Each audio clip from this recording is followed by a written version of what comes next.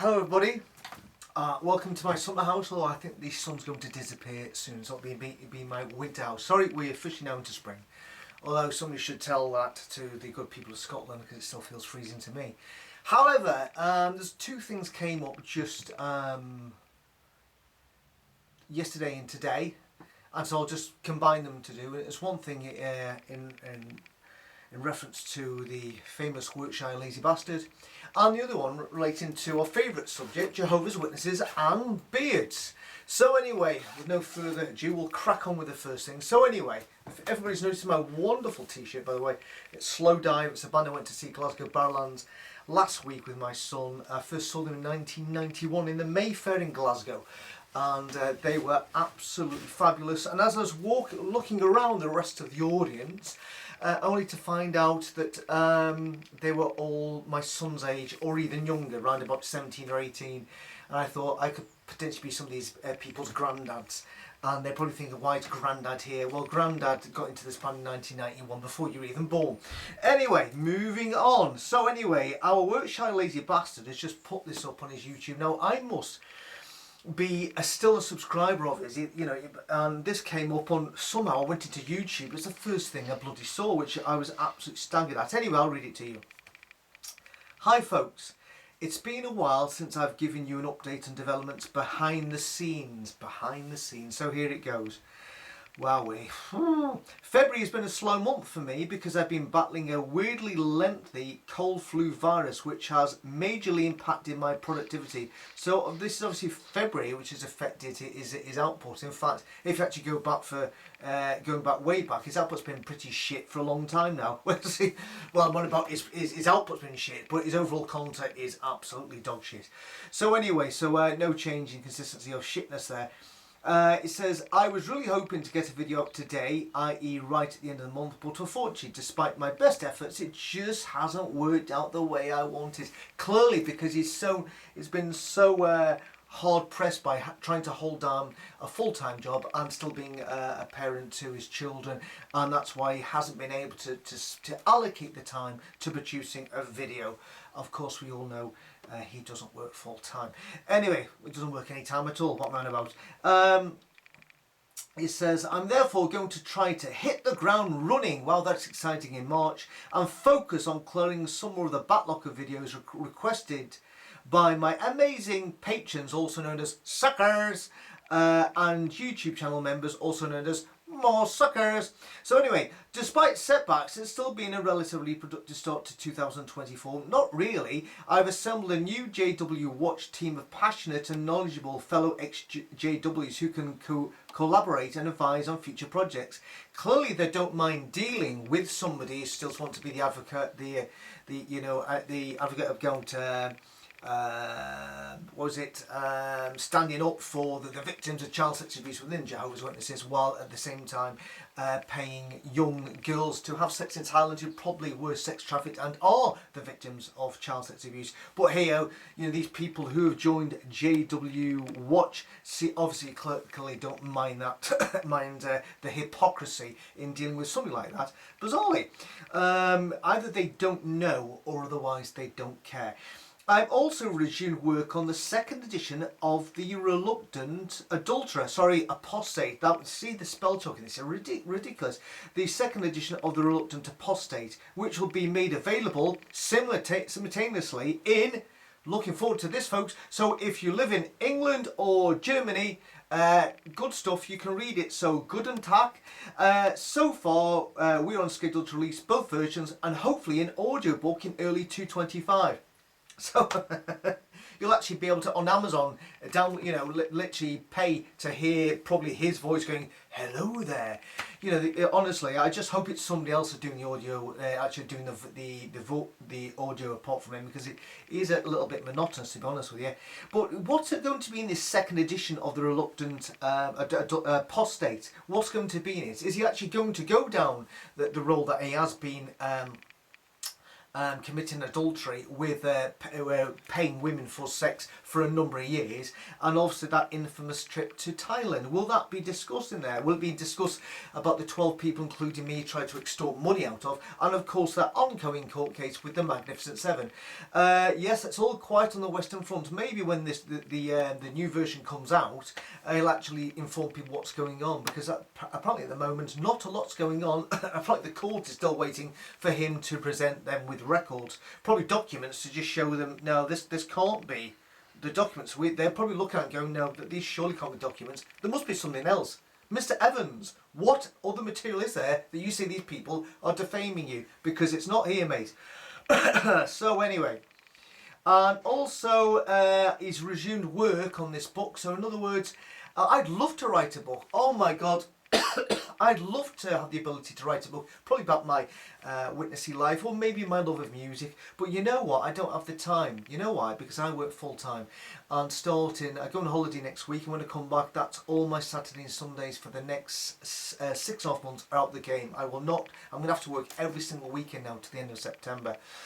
Full time, working, 8 hours a day, 5 days a week. I'd love to be able to put out a book, but for some of us, Lloyd, we have to work for a living. We don't beg and scrounge off other people. So since January the 1st, the channel has grown by around 800 subscribers, which is great news and definitely motivates me to continue. Yeah, probably because you paid for those 800. I don't see how 800 people would subscribe to a content channel showing so little content. It's still challenging to settle into a rhythm. What sort of rhythm is he on about? Is that sort of is that the rhythm method practices by people who don't want to use contraceptives? I'm still challenging. Still trying to settle into the rhythm method after closing my production company in October. Settle into rhythm. What the fuck? You don't fucking work. Oh dear, I obviously no longer have a video editor, so a lot more time, effort and thought needs to go into each upload, even though there are fewer of them. Let me think about that one. For instance, there are people out there who will never ever ever have a video editor, will never use one. They do all the stuff on their own, and yet they're churning out content day after day, week after week, month after month, and some of these people still do extra work as well. So this is just utter bullshit. In the coming weeks, I will be revamping my store. Oh no, I've missed about there. Let's go back. I obviously no longer have a video editor, so a lot more time, effort, blah blah blah needed. For now, I am just doing my best to avoid burnout by churning out content according to my capacity in terms of time and mental health. You've got all the time in the world, really, because you don't work. When it comes to Monday morning, what we do Monday? Well, I haven't got work to do. I don't get this. I'm doing myself for it. Burnout, what do you do? There are people who do videos and look after family and have all the responsibilities of a family, and yet do these videos, and yet here's a guy here, well obviously the kids don't live with him, and he doesn't work. This is the only thing he does, that people pay him to do this, and yet this guy is allegedly burnt out. What a load of shit. So anyway, in the coming weeks I'll be revamping my store, as I think merch is a really cool way for people to support the channel while getting something back in return. Well, my God, what's happened to all those t-shirts which said we had T-Bar is gracious? They've obviously been put in a bank somewhere and gone to banks for schools, and I'm sure the wee school that opens up and sees this bag inside that they can do the clothing are probably thinking, what the flying fuck is all this shit? And it is shit. So think about all the other things that it's going to be doing. Who in the right mind is going to have Lloyd Evans' face on their t-shirt saying, I'm listening? Oh no, it's not listening, that's Frasier. Let's roll the first quip. And then we'll see somebody else and go, ha! Who in the right mind would be seen dead wearing a Lloyd Evans t-shirt, unless you're a complete nutcase or a lunatic? Who would do that? It's not really cool. It's just you trying to get more money by sponging off the people who actually go out and work, and you expect them to pay you for your shit. At least this t-shirt I paid for at the gig actually takes me back to a wonderful night with my son. Fantastic. Hopefully I'll keep this till the day I die. This is cool merchandising. The shit he sells isn't. It's just shit. So anyway, he says, I have also been giving some thought to the Patreon YouTube channel member tiers, or in other words, sucker tiers, and how they can be streamlined. If you are a sucker, I mean, if you're a patron stroke member and there are specific rewards that you would like to see made available, or any areas in which I could improve, well, actually just take down the channel. That'd be a great start. As a content creator, please comment below, as I'm very interested in your feedback. Ironically, when you see all the comments on this, there's about 44. Yeah, I think there's 44 comments. And he's got how many subscribers? He's got 100,000. That shows, Lloyd, you may have 800 new subscribers, but nobody's listening or watching. You've got 44 comments on this massive new statement. And of course, all the other comments, which I'm sure there's probably more comments that say, get to work, you lazy twat. I know it can't be viewed because, of course, he's spending... that's what he does. He spends all his time not working, but just going around banning people from his channel. Anyway, for now, I just want to sincerely thank all of you who've taken an interest in my channel, especially the 443 suckers of you currently suckering as suckers and sucker members. It's very difficult to keep dipping into my religious experience. No, it isn't, Lloyd, because you frequently do it because you're not going to, you know where your bread's buttered, so you continue to dip into that because that gives you the money so you don't have to work. Stop making this as though you're doing it on our poor behalf. You're having to go back and trigger yourself repeatedly on our behalf. No, you don't. I tell you what, mate, just leave it all, go and get a job, and then you won't get triggered. Bizarrely, it's all for us. He's doing this all for us. Oh my God, what an arsehole. So it's very difficult. He says, and he calls it a source of profound personal trauma. Oh my God, literally, mate, honestly, I know people, I could even go back to my own personal trauma that I had to go through with the witnesses, and I'm sure it's just as bad as yours, in some cases bloody worse. So anyway, and longer. Anyway, so to produce resources that will help people escape abusive cults. No, they don't. But knowing I have the support of so many suckers is extremely heartening and makes my work significantly easier. Thank you, work-shy, lazy bastard, Lloyd Evans. So there you go. That's a quick a rundown on the latest from that utter shyster. The other thing I wanted to talk about is that something that came up on Twitter. I'm just going to go now to Kim and Mikey's thing. Oh, by the way, one more thought on this in relation to his significant churning out his significant output is that according to a little chat I'm in with a few people you may have heard of, recently we've had 6 voicemail advice videos, 6 WT related videos, 6 interviews. In the last 6 months, 17 vaguely related W videos really burnt out. Yes, in the last 6 months. In that same period, Kim and Mikey, 60 videos, JW Thought, 46. And this is a guy who claims to be burnt out. So there you go. Anyway, let's go back to Kim and Mikey's YouTube, Twitter page. Right, anyway. I waited until I was 64 years hold on, let me try to do this. If you've not seen it, yeah, so anyway, I'll hopefully you get the prints. I'll print from the beginning. I waited till I was 64 years old to grow a beard. I need help. You know, and I'm an ordained minister. I can't be looking like the wolf man. What you got? If I were you, I would just let it grow out as far as it would go. But I think I've got just the thing. Okay, what you got? We've got this kit, and it's got all the combs, That's what I'm talking about. Brush, everything you need. beard oil, beard and scruff cream, beard and face wash. Thank you. Thank you. That's what I need. But you said you were a minister? Where's your church at? Oh, are you familiar with Pflugerville? I am. I live here. Okay, right off of Finning and Black Locust. I go to the Kingdom Hall of Jehovah's Witnesses. Man, Jehovah's Witnesses, you guys have just been coming in here more than any other city. What's going on?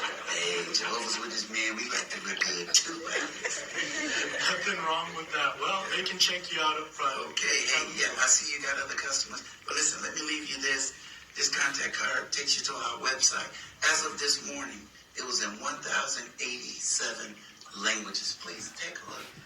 Right, anyway, wow, fucking we. So anyway, what the guy never said there, I played it the first time and thought, no, If I was him, I would have said this, and that's the pretend hairdressing guy.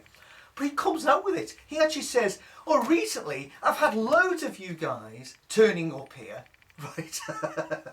So that's it. So what he should have said to the 64-year-old says, yeah, I've waited 64 years before I decided to grow a beard.